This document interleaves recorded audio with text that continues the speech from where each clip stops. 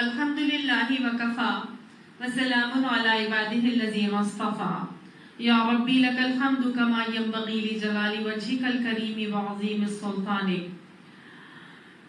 رب اشرح لی صدری ویسر لی امری واحلل عقدۃ من لسانی یفقہوا قولی واجعل لی وزیرا من اہلی اللہم فقہنا فی الدین رب زدنی علما اللهم انا نسألك علما نافعا رزقا طيبا وعملا متقبلا صدق اللہ العظیم۔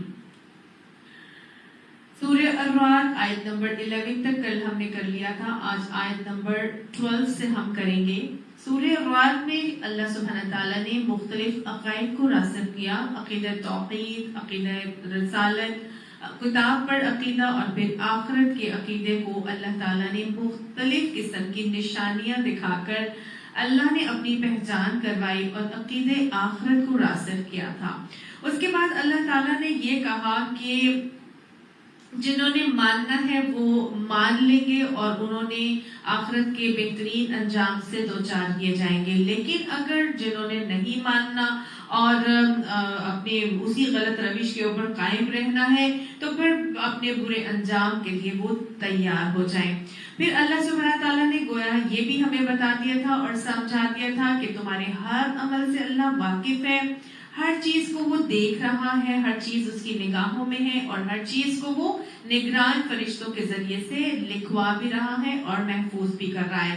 تو لہٰذا اگر تم اپنی آخرت میں اچھا انجام چاہتے ہو تو پھر کیا کرنا ہے؟ تمہیں اپنے رویوں کی اصلاح کرنی پڑے گی۔ تو جب تم رویوں کی اصلاح کرو گے تو پھر ہی تمہاری دنیا اور آخرت میں تمہاری اصلاح کا طریقہ جو ہے وہ تم اختیار کرو گے۔ تو گویا انسان کے اپنے رویے کے اوپر ہے کہ انسان کیا رویہ اختیار کرے گا، تو پھر اسی رویے پر اللہ سبحانہ تعالیٰ بھی اس کی حالت کو بدل دیتا ہے۔ اب اللہ سبحانہ تعالیٰ آگے ہمیں یہی چیز سمجھائیں گے اور بتائیں گے، کچھ مختلف اور مزید اپنی نشانیاں دکھا کر اور ثابت قدمی کی طرف پھر مائل کیا جائے گا۔